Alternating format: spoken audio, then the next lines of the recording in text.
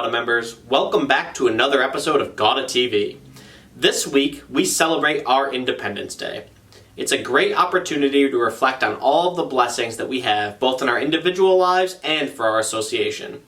The gas and welding industry is a vital cog in keeping our nation moving, and this week, as we're hopefully enjoying time with our family and friends, perhaps even around a propane-fueled barbecue, let's not lose sight of everything our industry has afforded us.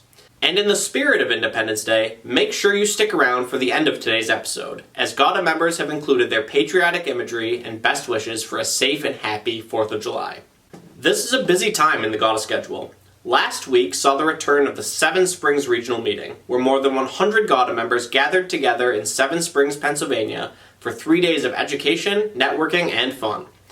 Attendees were treated to an array of educational opportunities to go along with the ever-popular reverse contact booth program and networking events like golf, axe throwing, skeet shooting, and more. To read a full recap of the event, including a photo gallery, click the link in the description below. And if you missed out on the Seven Springs Regional, you still have 2 opportunities to join in on the fun for this year. Our next regional meeting takes place in Stevenson, Washington from July 27th to the 29th. Registration is open now, so make sure to reserve your spot today. And this year's final regional takes place in Oregon, Ohio from August 8th to the 9th. Again, for more information or to register, click the link in the description below. We've got a great episode lined up for you today, so stick around right after a word from today's presenting sponsor, Weldcoa.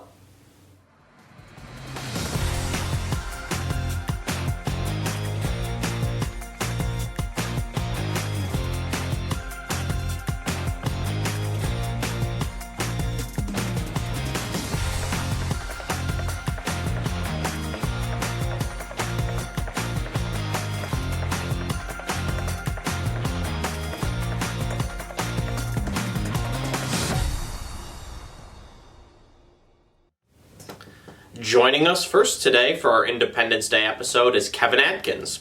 Kevin is the Senior Vice President of American Welding Gas's Western Division. Kevin, thank you so much for being with us today. Kevin, AWG is one of the largest independent distributors in our industry. Can you talk about the history of the company and how you've grown and evolved into the company that you are today? We started as a distributor of Linde Division of Union Carbide gases through an auto parts company in the 30s. And that had grown to a level where in 1949, that business had decided that they needed to have a standalone location that would sell gases and hard goods. And that was opened right here in Billings, Montana, where I am now in 1949. And that actually remained as the only location from 1949 until 1980. And then with some growth that was actually spearheaded by my father, Ron Adkins, who helped me get into this business. In 1980, we opened our first branch store in Sheridan, Wyoming. 1984, we opened a branch store in Great Falls, Montana. And then our third branch store was opened in Gillette, Wyoming in 1990. And then the 90s saw a series of acquisitions of family-owned companies that chose us to help continue their legacy in Montana and Wyoming. And by the end of the 90s, we really had a nice footprint in most of Montana and then really a good concentration in northern Wyoming. But we also made a pretty significant geographic jump where we were able to buy a family-based company in Wisconsin that put us on the map in Wisconsin. So quite a jump from Montana to Wisconsin. And then throughout the early 2000s, really all the way up to 2014, a series of family-owned business acquisitions that we had across that area gave us a footprint in kind of the open spaces around Wisconsin and Montana, which was we were able to fill in Minnesota, North Dakota, Indiana, and Illinois. So around that time in 2014, we were lucky to be able to acquire the Scott Gross Company, which the Scott family chose AWG to continue the legacy for their company and their people. And that nearly doubled our size. So a couple years of trying to get those 2 companies integrated. Both had been started in the late 1940s, trying to get those 2 companies who had been grown up very successfully but had grown up very different, integrated to do the best practices together. That took us a couple years, but in the meantime, we were able to do some other acquisitions that really put us into Florida, Texas, and filled in some more of the gaps. So really now from a large company standpoint that you mentioned, we stretch from Kalispell, Montana to Orlando, Florida, and then now down into Alabama and to Texas. But really, that tells you how we got physically that size. What really did that for us was all the teammates that helped us build the business along the way. So we couldn't have done it without them. That's really what made it happen for all these years that we've been doing it. But also, we were so fortunate that so many family-owned companies chose us to continue their legacy. Back to the teammates, though, for a second, I'll mention our teammates. Many of them are direct owners in the company, so they even have a greater stake and benefit in the work they do each day beyond just the paycheck that they get every couple of weeks. As you continue to grow, are there any particular products or industries that you feel will be growth drivers? So, as you can imagine, just like any gas and welding supply company, we want to grow all of our offerings, which are similar to what most people sell, but we do have a few specific areas we really want to focus on. So we've built a fantastic automation team to really go out and help sell our customers solutions that can improve their productivity, hopefully competitiveness in the marketplace. And that includes gas. It includes gas offerings in automation. It includes the normal things you would see around welding and fabrication. But we're also have expanded into material handling. So we can also get those pieces and parts in and out of the fabrication process as well. The second thing is that, which is common for many gas distributors, is we've made a significant investment in growing our spec gas business. So we have just recently completed an upgrade to our specialty gas filling facility in Indianapolis, Indiana. And that's not only increased our capabilities around the types of gases we can make, but it's also improved our throughput so we can get more out faster. And we're lucky that many independent distributors have chose us to provide their specialty gas supply where maybe they don't have the same capabilities or don't even need them all the time. We're able to provide them with EPA protocol gases. So we were really happy with what that investment has done for our offering and also some of the relationships that's created. We've also put an additional staff of specialty gas sales specialists on board to help us grow that business. And then the last thing that I'll mention is one of those three key things is that bulk gas is a significant area of growth for us and has been for a while. So what we're really hoping to do is continue the record growth that our team did last year. Our sales team was able to go out and sell 61 new customer installations last year. And then our fantastic operations team did the work to go out and get all those installed. So that was really a record year for us coming off a COVID year. We're just hoping we can beat it again this year. The word independent holds special meaning for our industry. What does it mean to you that AWG continues to operate as an independent, and how have you resisted the temptation to sell to a major? Great question, Steve. It's incredibly important to us to remain independent.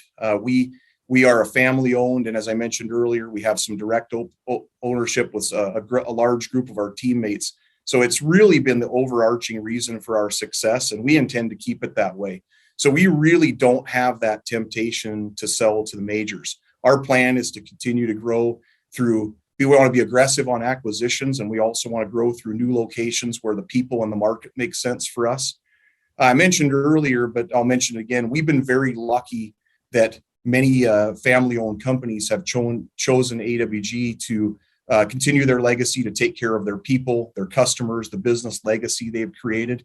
You probably have heard, Steve, but we recently were the Sexton family, who owns Sexton Welding, which was based in Alabama and Tennessee, chose AWG for that very reason. They were looking for a strong partner to continue their legacy. We think we're a great peer option beyond the majors and the private equity companies.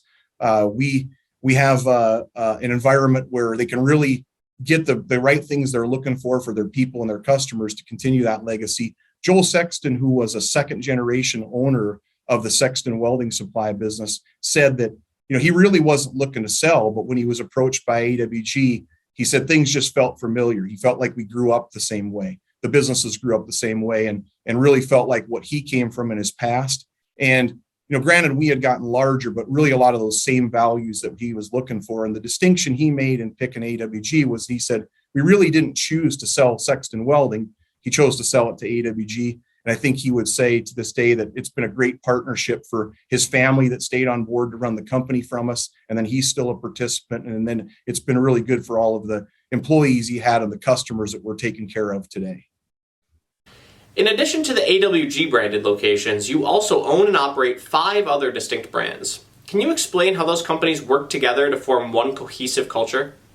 we do operate those 5 separate companies. So we have, I'll describe them a little bit. So we have CO2 Air, which is a brand that we operate under that specifically focuses on wholesale CO2, so transport type CO2. So they're focusing on that type of business with a very unique customer segment as well. So it's a unique product offering where we can take care of those large CO2 partners. Our Silvertip and Axman Propane are both based here in Montana, and those locations are designed to take care of residential and commercial bulk propane customers. So a specific group of customers with a specific brand to go with those. Now, some of those brands, like CO2, Silvertip, and Axman, we've hung on to because they had such great reputations when those family businesses chose us to continue their legacy. The 2 others that we go to market with are Thoroughbred Industrial Cylinder Exchange, which is designed to provide a gas sales opportunity for a retail store that really isn't in the gas business like this, maybe a hardware store or a tractor supply or that kind of company. And then the last one is our Tier 5 brand, which that's what we go to market. That is our brand name for our specialty gases. So when we go to market with those custom specialty gases that we mostly make or expand in Indianapolis facility, that's what we go to market with. Now, how we keep those one culture is a different question. So we actually operate really as one cohesive unit. So as an example, the Tier 5 and Thoroughbred gases, not only are they made and distributed in the same locations that an AWG gas or welding supply is, they ride on the same trucks with the same drivers and even some of the same sales teams selling them. Our Silvertip and Axman locations that are out in Montana, in many cases where it makes sense, they actually operate out of the same building where we distribute cylinder gases or welding wire and that type of thing. And in some cases, we even have the same manager that's supervising the driver that delivers propane and the driver that delivers cylinders. But even beyond that, the way we keep it the same culture is that we really have the same management that manages those separate entities. So, for example, the gentleman that runs our Southeast division, he has AWG stores and he has CO2 Air. In my division, where I'm responsible for all of our AWG locations, Silvertip and Axman are right here. So it's the same culture. We have the same mission. We participate in the same meetings, and really our overarching goals are they're right matching with each other. And in many places, the management is actually selling both brands and then handling the operations for both brands.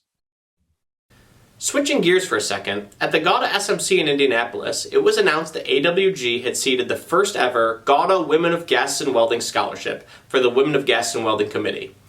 Can you discuss the decision to donate $30,000 to that scholarship and how you feel that will benefit the industry and the association?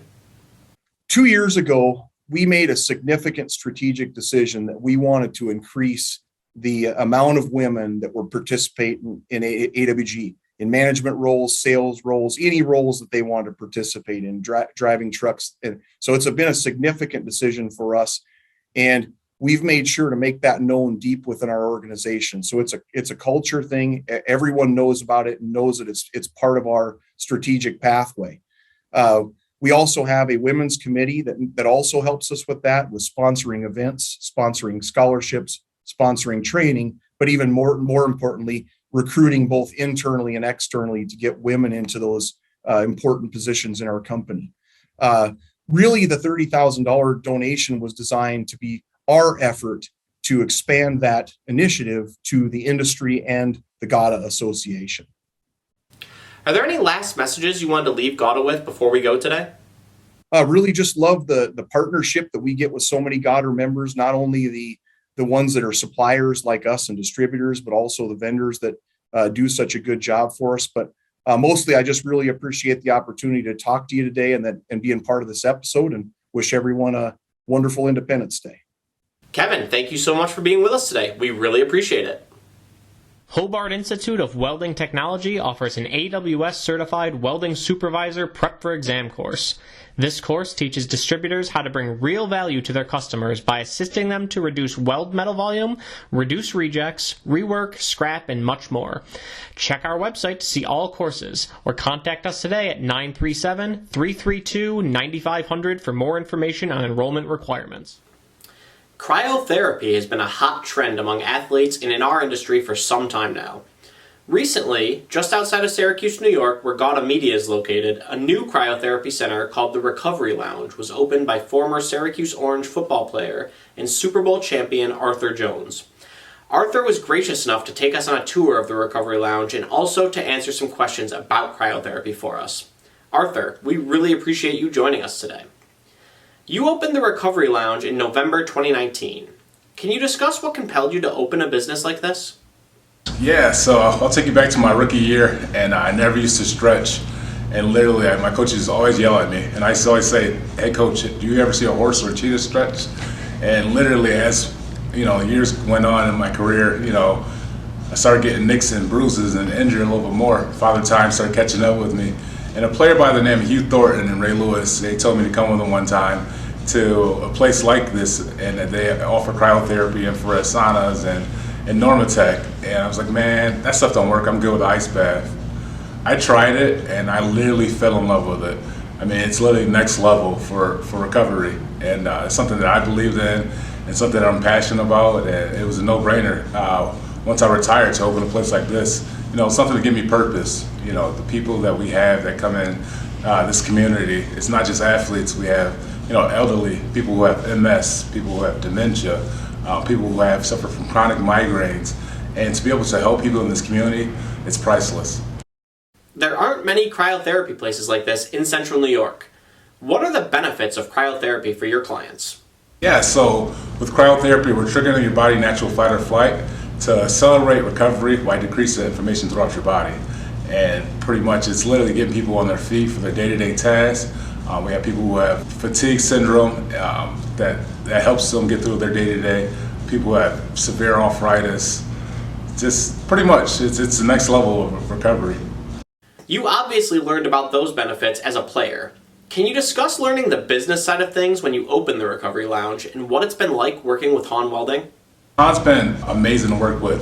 Literally, whenever I give them a call, they're literally a couple minutes away and helping out whatever we need with our needs. I'm learning a lot cool scientific things with the nitrogen and the different things they do and people they service in the community other than cryotherapy. It's pretty cool to enter their world. Cryotherapy's had some high-profile negative stories come out about it. Specifically, a former NFL receiver got frostbite using a cryotherapy chamber. Can you discuss the safety aspect of the therapy? Yeah, I mean, it has its risks. Like you can't be on blood thinners and doing cryotherapy. You want to protect your extremities, your fingers, your toes. We have thick winter socks and shoes to put on and winter mittens, and it's pretty safe though. As long as you have someone running you through, you're not doing it on your own, it's pretty safe. For members of the gas and welding industry who may not be involved with cryotherapy, can you discuss why you think it's a great market to enter into? Yeah, for sure. I would love for more people to open cryotherapy, just not in Syracuse. I want to be their guy. No, all jokes aside, man, this is really next level. Cryotherapy is really helping and servicing the community, and I'm really having fun to meeting people from all walks of lives and hearing their story and their testimonies, how cryotherapy is helping them. Arthur, we really appreciate your time today. Thank you so much for joining us and for taking us on this tour. Thanks for having me. In addition to the time that we spent with Arthur, we were also able to speak with Bill Albro, who's the sales manager for Han Medical and Specialty Gases. Bill, we really appreciate the time. Bill, we just heard from Arthur Jones about his work with the Recovery Lounge. Can you tell us what the process was like getting them up and running? It's been interesting, to say the least. The Recovery Lounge has been a good customer of ours for, I guess probably going on about 2.5 years now, and 3 years. And we had some space restrictions that we had to deal with and things like that in the initial setup. But after we got that with our cryo team and got that all worked out, it went pretty well. And I think they've been real happy with the results. They've been able to take care of their clients without fail for the most part. There's always little hiccups here and there, but yeah, they've really been able to service their folks and provide a good method of treatment for sports injuries and the like. Was there any training or insight that you were able to provide to ensure that these machines, which can reach temperatures of 200 degrees below zero, were able to be used safely? That's a good question. And it always seems like the bad stuff always, obviously gets the publicity, right? There's plenty of times and instances where we can cite, that, we've provided service to folks and never had a problem. When we look at these cryo saunas, and we have several customers throughout New York anyways, you always look at space requirements. So when we're setting up the sauna, we're looking for clearances around. So God forbid something were to happen with the equipment, patient can get in and out of there quickly. We're looking at alarms for folks in case we get a oxygen depletion situation, right? If you had an immediate dump of liquid nitrogen, or, in some instances, we actually use vacuum jacketed piping to provide liquid right to the source and keep it in liquid form. If there was a catastrophic failure of a piece of pipe, we'd want that set right off immediately. And, just talking about the safe handling with their own people, and having, access to them and saying, hey, you're dealing with something that's extremely cold, so you got to be super vigilant. How about any insights based on your past experiences that you were able to share to help the Recovery Lounge hit the ground running and find success? Based on the experience that we had, we were able to explain to them, in conjunction with their equipment provider, obviously, what to expect with the liquid nitrogen, right? How many cases approximately you're going to get, so you can best utilize the liquid nitrogen at your disposal, right? You don't want to start and stop continually, right? You want to set your appointments up to have one almost back to back right after the other. That way you can keep that liquid nitrogen filled in the line, and thus not have any venting off or any waste of your liquid nitrogen. So I think, talking with them about that stuff was pretty helpful. How are you monitoring their gas intake? We do monitor it via telemetry. We have our liquid nitrogen micro bulk trucks spread out throughout New York State. So, we may have a truck go down for maintenance or whatever the case may be. Then we may need to pull it from a different area. So we do monitor that via telemetry, and it works out pretty well. What was it like working with a Super Bowl champion like Arthur Jones? Yeah, it was pretty cool. He's been great. He's really been great. And I'm a season ticket holder for SU football. And, so it's pretty cool to be able to work with Arthur, and the different experience he brings to the table too. It's kind of cool. Yeah. So it was pretty neat working hand in hand with him. Is there anything else that you wanted to leave viewers with before we go today? Just, I think it's really important, and you touched on it.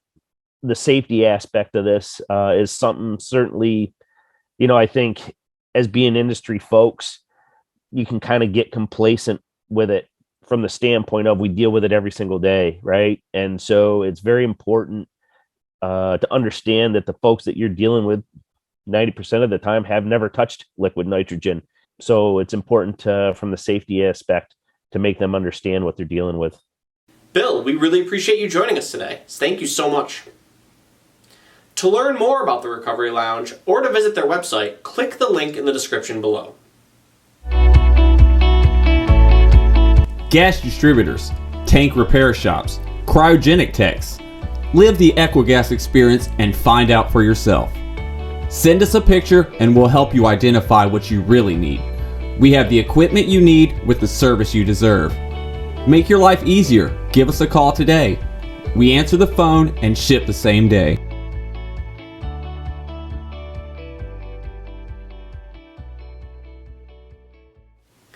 At this year's Spring Management Conference in Indianapolis, GAWDA debuted a new video which showcased the association's long and rich history. For those who weren't able to attend, or even those who did attend and would like to see the video again, we'd like to share that video with you today. Thank you to all of those GAWDA members who have helped contribute to this association's rich tradition.